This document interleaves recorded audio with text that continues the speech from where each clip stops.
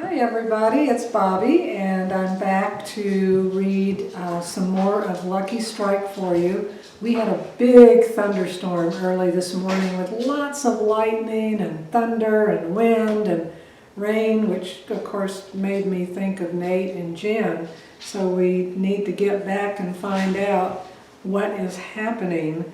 You may remember at the end of chapter 26, Ricky Sands had shown up at Nate's trailer with Chum Bailey, and they are going to go drive to Panama City to the hospital to see Jen. So let's find out what happens in chapter 27 of Lucky Strike.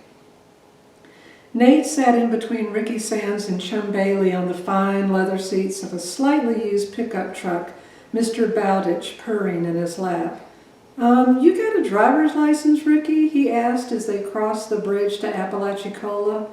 Ricky shrugged. "Nah, I'm too young to have a driver's license. I know how to drive, though. My grandpa taught me how to drive his boat when I was 9, and I've been driving cars around my daddy's dealership for almost that long."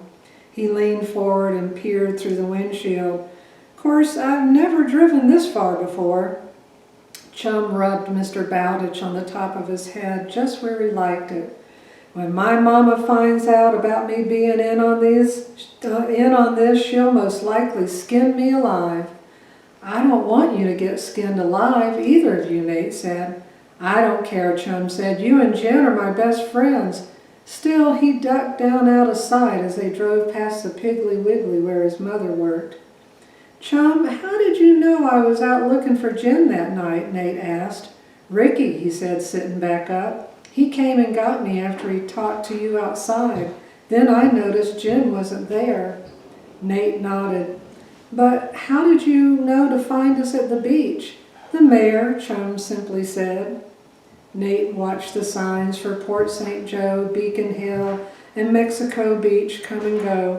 He had no idea what they'd do once they got to the hospital. How would he know what room she was in? And would her parents let him see her? Oh, they could be in for a whole boatload of trouble, he knew. He broke out into a cold sweat. An hour after leaving Paradise Beach, Ricky whipped the truck into a parking space at the Panama City Hospital. He grinned at Nate and Chum. "We made it!" High fives all around. "You go on in, we'll be right behind you." It was then Nate noticed Ricky's knuckles were white as the sand. He touched Ricky's arm. "You did real good, Ricky. Your daddy would be proud of how well you drove." The bright fluorescent lights and antiseptic smell of the hospital brought back a storm of memories, not good memories, to Nate. His lightning scars burned, his head throbbed. Right at that very moment, he wanted nothing more than to walk back outside and go home. But Jen was somewhere here in this place, and he meant to find her. Nate gathered up his twice-struck courage, squared his hunched shoulders, and walked up to the nurse's station. A woman with little glasses perched on the end of her long nose looked up as he cleared his throat. "I'm here to see a patient," Nate said with all the authority he could muster. The nurse surveyed him through narrowed eyes. "You are, huh? And who might that patient be?" Genesis Beam. I believe she was brought in 3 days ago." The woman tapped the keys on her computer. "Beam, Beam," she muttered under her breath. Nate drummed his fingers on the desk. He wondered just how many Genesis beams there could be in that computer, especially one struck by lightning. "Genesis Beam," the nurse declared, as if she had just made up the whole notion of a Genesis beam. "Right here, that kid struck by lightning, poor thing." "Yes, ma'am," he agreed. "I'm here to see her. I just don't know what room she's in." The nurse looked at Nate, then to the left and right of him and behind him. "Where are your parents? Minors aren't allowed to visit patients without an adult." She crossed her arms over her chest with finality. Nate licked his lips. "Well, my parents are already up there visiting. I just don't know the room number." He tried to get a peek at the computer screen. "If your parents are already up there, how did you get here?" Nate gulped. This was not going well, not well at all. Well, you see, just then Chum Bailey and Ricky Sands jogged into the hospital. Sorry we took so long, Nate, Ricky said. The nurse narrowed her eyes to slits.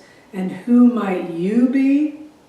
Ricky stood as tall as his 5'2" frame would carry him, leaned in confidently to the nurse behind the desk and said, I'm Ricky Sands. My dad owns Crystal Sands new and used cars in Paradise Beach.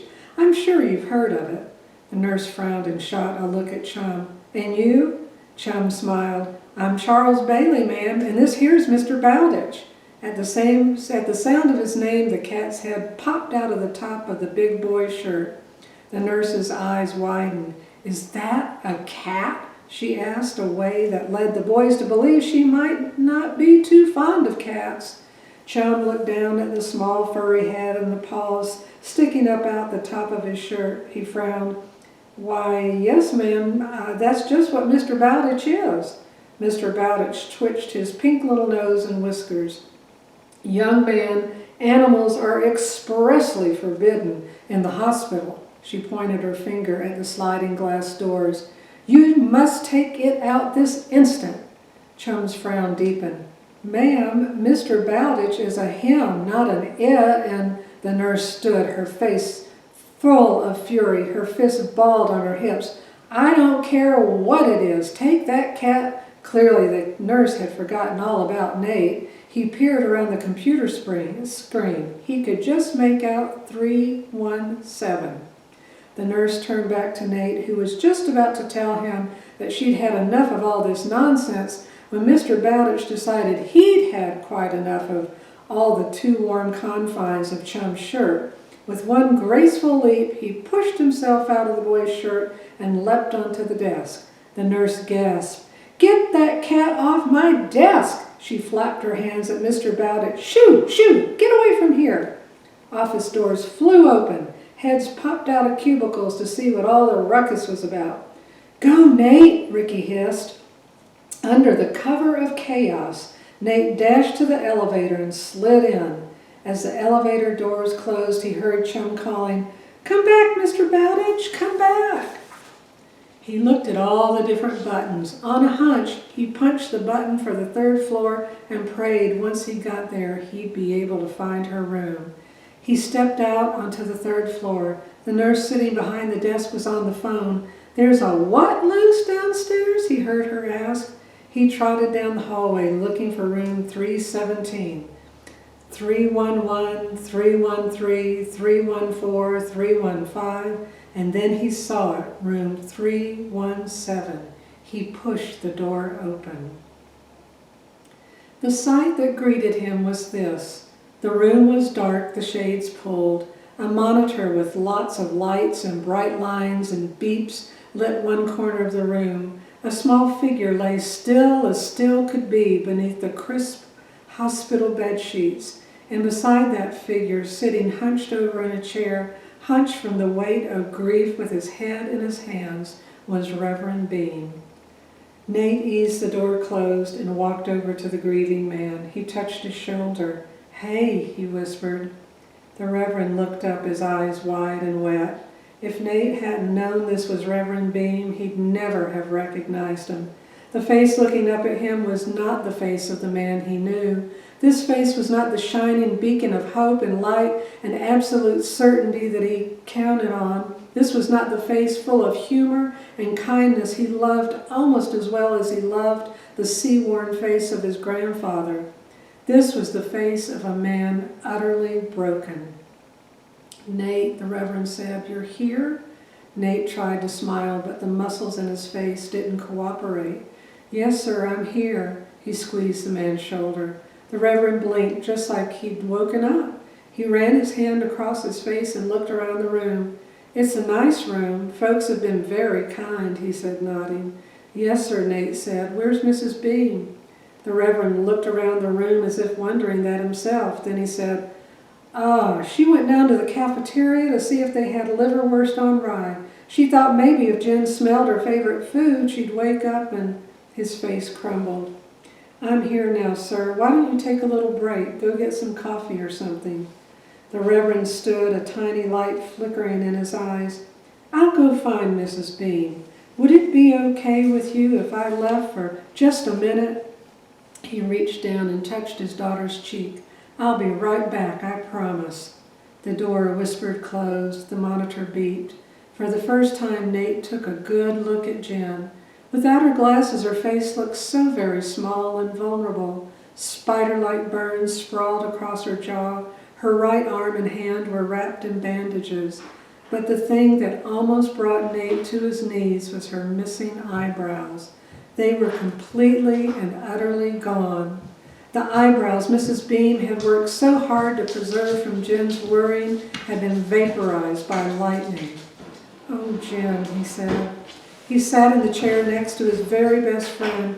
He told her all he could remember of that night, how the lightning had struck just as he grabbed her hand, and how the force of it had thrown him a good 6 feet away, how the mayor had found him there on the beach and brought him back to the world, how he tried his very best to do CPR on Jen just like she'd done on him.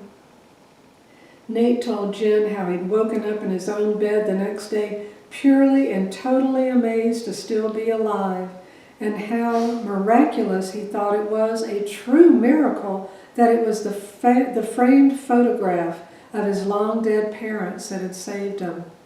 "I figured I was the luckiest boy in the whole world," he said, "until Grandpa told me you were in the hospital and wouldn't wake up." He took a deep, watery breath. "I knew I had to get over here and try and fix you like I fixed the bay leaf in Grandpa's truck." He wiped at his nose. "Well, maybe I did, or maybe it was all coincidence like you always said." The girl lay silent as the moon. Nate sighed. "So here I am, Jen, and I sure as heck hope the lightning didn't take my luck away." He took a deep breath, closed his eyes, and laid his hands on her good arm. Nothing. "Come on, Jen," he pleaded, pressing harder. The only movement was the rising and falling of her chest. "Dang it," Nate said in despair. He felt the burnt toast making its way up his throat. "I've run out of luck after all." He gripped her bandaged hand in a scarred one and said into her ear, "I know exactly where you are, Genesis Magnolia Beam, and I know how wonderful it feels. I'm sorry I brought you back, but..." His voice cracked and then trailed off. "Maybe if you're still there and you don't want to come back, but Jen, I need you, and the turtles need you too. You're our best friend." One of the green ziggity lines on the monitor blipped and jumped. "I need the smartest girl in all of Franklin County to tell me how stupid it is to believe in luck. I need you to tell me what the odds are of a hurricane coming in the spring and what the odds are of 2 people getting struck by lightning at the same time." Silence. Nate pressed his face into his arm. "Come on, Jen, come back. Weirdos and losers stick together through thick and through thin." "Amen," a smoky voice said. Nate's eyes flew open. There, gazing back at him as if from some great height, were the eyes of his best friend, Genesis Beam. She smiled with just the tiniest corner of her mouth. "Hey, Jen," he said with a grin that about split his face in two. "Hey, Nathaniel," she said. The fingertips on her bandaged hand wiggled against his hand. Her fingers felt like live little coals. The door flew open. Reverend Beam dashed in, followed by Mrs. Beam. "I'm sorry it took so long, Nate. There was some crazy fool cat loose in the cafeteria and..." "Hey, Daddy," Jen said. For the first time in the known history of heaven and earth, the good Reverend Beam was rendered completely speechless. Mrs. Beam dropped the plate of liverwurst on rye. "Dear, dear God," Mrs. Beam whispered, pressing her hands to her mouth, "my baby's awake." Nate let go of Jen's hand and stepped aside. Reverend and Mrs. Beam gathered their daughter in their arms and wept. And for the first time in all the many years Nate had known Genesis Beam, he saw tears flow from her eyes unaccountably and forever after silver. Well, that's the end of chapter 27. We'll have to wait and find out. We've only got 2 chapters left to find out what happens to Nate and Jen. in Lucky Strike. So I hope you all are having a good time, and I will read to you again soon. Stay sweet.